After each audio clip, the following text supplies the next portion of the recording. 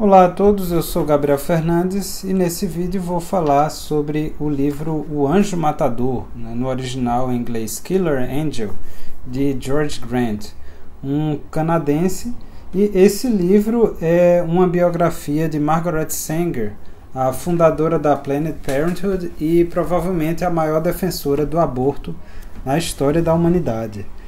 Como Grant nota na introdução, os genocidas famosos e notórios como Hitler, Stalin, Mao Tse-tung, eles foram devidamente reconhecidos por sua crueldade e pela influência perniciosa, apesar de ainda possuírem seguidores, eu acrescentaria, particularmente Stalin.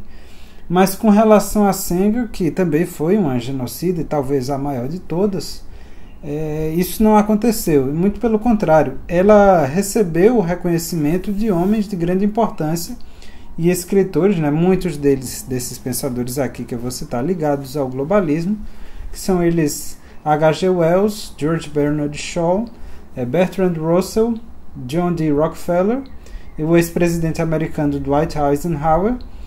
Albert Einstein também era um admirador de Sanger, e além disso, Martin Luther King, vejam só.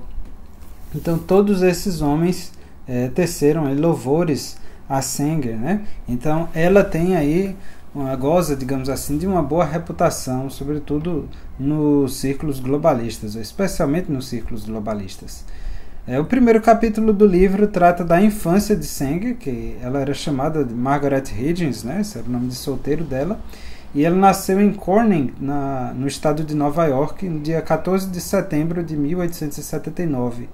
Era a sexta de 11 filhos do casal Michael e Anne, que eram descendentes de católicos irlandeses.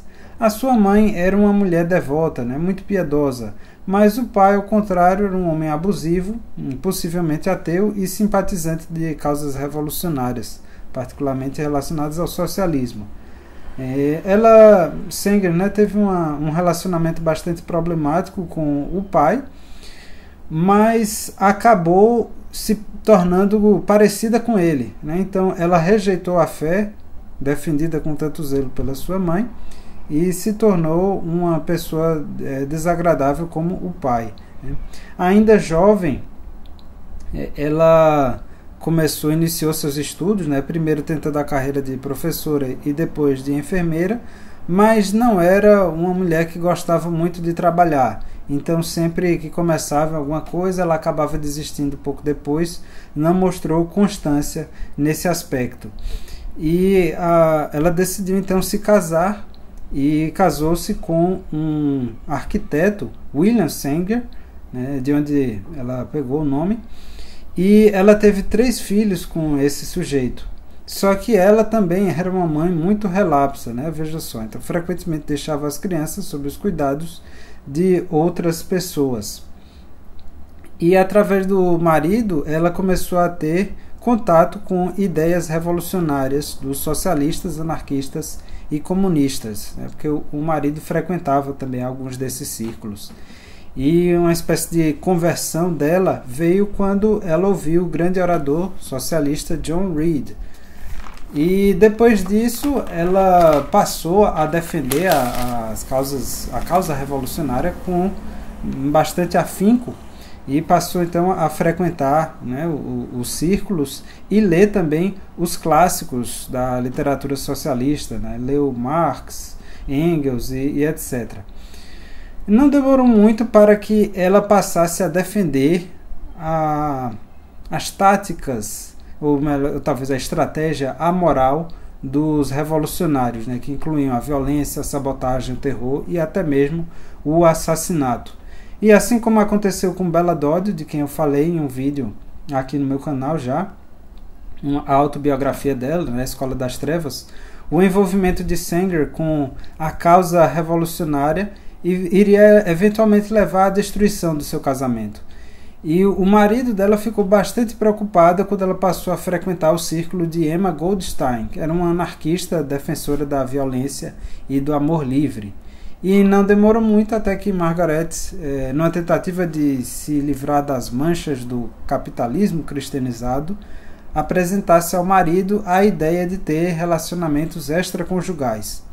Aí ele negou, né, se sentiu bastante machucado, e na tentativa de salvar o casamento decidiu levar a família para a França, na expectativa de que as distrações parisienses a fizessem mudar de ideia de alguma forma. Isso funcionou por algum tempo, mas eventualmente Sanger se cansou da vida na França e voltou para Nova York com os filhos, deixando o marido para trás. Sem a estabilidade financeira que era garantida pelo marido, ela se viu forçada a buscar uma fonte de renda. E como já tinha alguma experiência escrevendo artigos, decidiu fundar a sua própria publicação. Era intitulada Mulheres Rebeldes e tinha como slogan Sem deuses e sem mestres. Ela denunciava o casamento como uma instituição degenerada, o capitalismo como uma exploração indecente e a modéstia sexual como um puritanismo obsceno. Não é à toa que ela se tornou um dos ícones do feminismo, né? Particularmente o feminismo da segunda onda. Por se tratar de um material impróprio, Sanger tinha chances de ser condenada a até 5 anos de prisão com base nas leis Comstock, então em vigor, que proibiam a distribuição de material obsceno. E com isso ela decidiu fugir até a Inglaterra por meio do Canadá. E uma vez na Inglaterra, ela teve contato com as ideias malthusianas sobre o tal problema populacional, do qual já falei um pouco aqui no canal, pretendo falar ainda mais. E embora ela não fosse boa em economia, ciências políticas, etc., mas reconheceu o valor do malthusianismo por acreditar que o movimento de liberação sexual não funcionaria sem uma espécie de apelo altruísta em um argumento que lhe servisse de suporte intelectual, né? Posteriormente, ela também passou a defender ideias eugênicas, né? Há um breve relato das aventuras sexuais dela no livro. Ela teve como amantes H.G. Wells, né, o autor de A Guerra dos Mundos, A Nova Ordem Mundial, A Conspiração Aberta, etc., o dramaturgo George Bernard Shaw e também o escritor Havelock Ellis, um sujeito que escreveu extensamente sobre a sexualidade humana, e ele era um pervertido, né? Vamos simplificando aqui as coisas, e ele moldou bastante o pensamento de Sanger.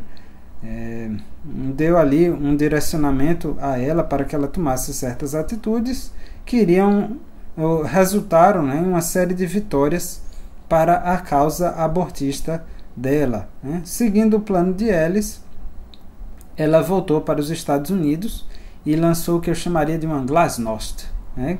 Para quem leu Desinformação, de Yon Mihai Pachepa, não saber do que eu estou falando, né? Uma espécie de grande campanha de relações públicas para tentar mudar a sua própria imagem, e isso resultou no arquivamento das denúncias contra ela.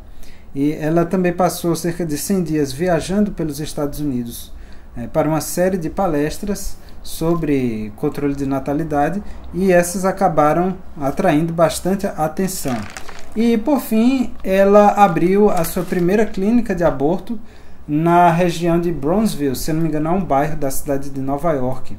E essa região era habitada por judeus e eslavos, latinos e italianos, muitos dos quais católicos, né? E elas consideravam esses povos inferiores. A clínica foi fechada depois de cerca de 2 semanas e Sanger foi presa juntamente com sua irmã Ethel. As duas foram condenadas a 30 dias de prisão, e então Sanger percebeu que para continuar a sua jornada seria necessário ampliar a sua base de apoio. E com isso ela fundou a Liga do Controle de Natalidade, que foi a antecessora da Planned Parenthood, e a revista The Birth Control Review, que passou a publicar artigos de autores respeitados, muitos dos quais foram amantes dela, né, como Wells e Ellis, e também de Julian Huxley, muito ligado à causa globalista, e o irmão de Aldous Huxley, o autor de Um Admirável Mundo Novo. E esses autores acabaram conferindo a ela um ar de credibilidade. Não é de se espantar o fato de que Hitler ter sido um grande admirador de Sanger, né? Como eu disse antes, ela defendeu sim causas ligadas à eugenia. Em um dos artigos da revista, ela escreveu o seguinte, abre aspas, a mais séria acusação que pode ser sustentada contra a benevolência moderna é que ela encoraja a perpetuação dos defeituosos, delinquentes e dependentes. Fecha aspas. Assim como Malthus, ela era contrária às obras de caridade porque acreditava que elas simplesmente davam aos pobres uma chance de se multiplicarem e, no final de contas, acabariam sendo contraproducentes. E o aspecto eugênico de Sanger era particularmente evidente no trato com a população negra. Ela acreditava na possibilidade de se esterilizar a população de cor e, para tanto, seria necessário o apoio de pastores negros. Aí tem uma famosa frase dela, né, que ela disse o seguinte, nós não queremos que a palavra se espalhe de que queremos exterminar a população negra. E o pastor é o homem que pode corrigir essa ideia caso ela ocorra a um dos membros mais rebeldes, né, da população negra, no caso. E a Planned Parenthood herdou o comportamento inescrupuloso de Sanger. Há um folheto, aqui o livro tem uma pequena biografia, né? E ele cita esse folheto intitulado Uma Estratégia para a Mudança Legal, se eu não me engano, da década de 80. Vou até conferir depois. Mas ele diz o seguinte, né? Foi publicado aí no escritório de Londres e disse que as associações de planejamento familiar, porque a Planned Parenthood era a Federação Internacional da Planned Parenthood, né? Então ela é composta de diversas outras associações. E outras organizações não governamentais não devem usar a ausência de lei ou a existência de uma lei desfavorável como desculpa para a inação. A ação fora da lei e mesmo a violação dela é parte do processo de estímulo à mudança. A IPPF também está envolvida com a questão da sexualização precoce de crianças. A organização defendeu programas que mostravam pornografia para crianças na sala de aula e teve aqui isso com o intuito de minar os valores tradicionais, a autoridade dos pais, além de encorajar as atividades promíscuas, né? Uma coisa bastante globalista.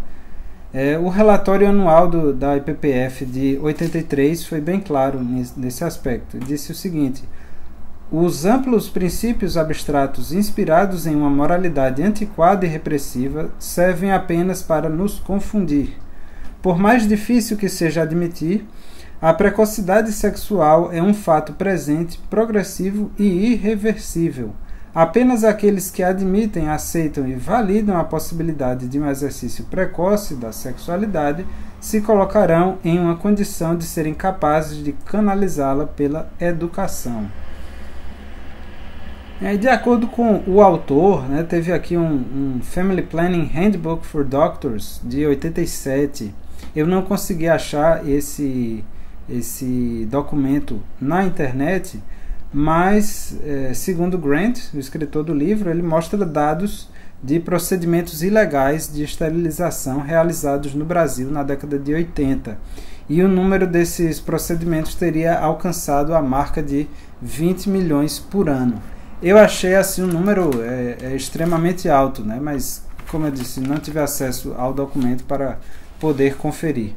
Mas, sem dúvida, a IPPF teve algum tipo de atividade aqui no Brasil, até porque tinha a chamada BemFam, né? Acho que Bem-Estar Familiar, alguma coisa desse tipo, que era uma filial da IPPF e vinha fazendo lobby para a legalização do aborto e todo tipo de coisa que não presta, né? Mas já para o fim do livro, o autor trata dos últimos anos da vida de Sanger. Ela se casou novamente com um homem bastante rico e tinha um contrato muito estranho, um contrato pré-nupcial, que dava a ela o direito de dormir em um quarto do outro lado da mansão, então eles não dormiam juntos. Ela também podia receber visitas, né, no seu quarto sem ser incomodada. Então, as visitas, diga-se de passagem, muitos eram na verdade amantes dela. Ela podia ir e vir sem ser questionada E se o marido quisesse, por exemplo, jantar com ela, né, que seria uma coisa bastante simples, ele teria que telefonar para ela pedindo a sua permissão. Então veja só, uma coisa bastante esquisita, né? Mas mesmo ela denunciando o casamento como uma instituição falida, patriarcal e não sei mais o que, ela ainda assim se casou, e veja só, não foi com um pobre, né? Foi com um ricaço. Então, o que foi é o que será, o que acontece é o que há de acontecer, não há nada de novo debaixo do sol, né? As feministas de ontem são como as feministas de hoje. Continuando aqui, há uma breve menção ao envolvimento de Sanger com o ocultismo. Ela tentou ser iniciada na teosofia e na Rosa Cruz. Inclusive tem aqui no livro alguma coisa que fala, não lembro exatamente o que é, mas que fala de Anne Besant, que foi a sucessora de Helena Blavatsky, né? Então uma esotérica, né, ligada à teosofia, e aí tem alguma coisa relacionada a isso. Infelizmente nesse livro ele não tratou a fundo dessa questão. Se eu não me engano, o autor inclusive escreveu outras coisas, outros livros a respeito de Sanger, né? Um que eu sei é a respeito da IPPF, mas parece que tem um outro livro que ele fala de alguns outros aspectos dela, e imagino que nesses ele deva entrar em maiores detalhes com relação às suas práticas esotéricas, né? Mas eu gostaria muito de saber a respeito disso, porque eu li em um artigo publicado no site do Padre Paulo Ricardo sobre as crenças esotéricas de Margaret Sanger, que eram assim coisas muito escabrosas, estranhas demais para dizer o mínimo. Tinha uma concepção gnóstica por trás, né, que ela via a matéria como sendo algo corrompido, algo inferior, e o que deveria prevalecer então era o espírito, porque o ser humano seria o espírito e o corpo seria uma espécie de invólucro passageiro ou alguma coisa do tipo.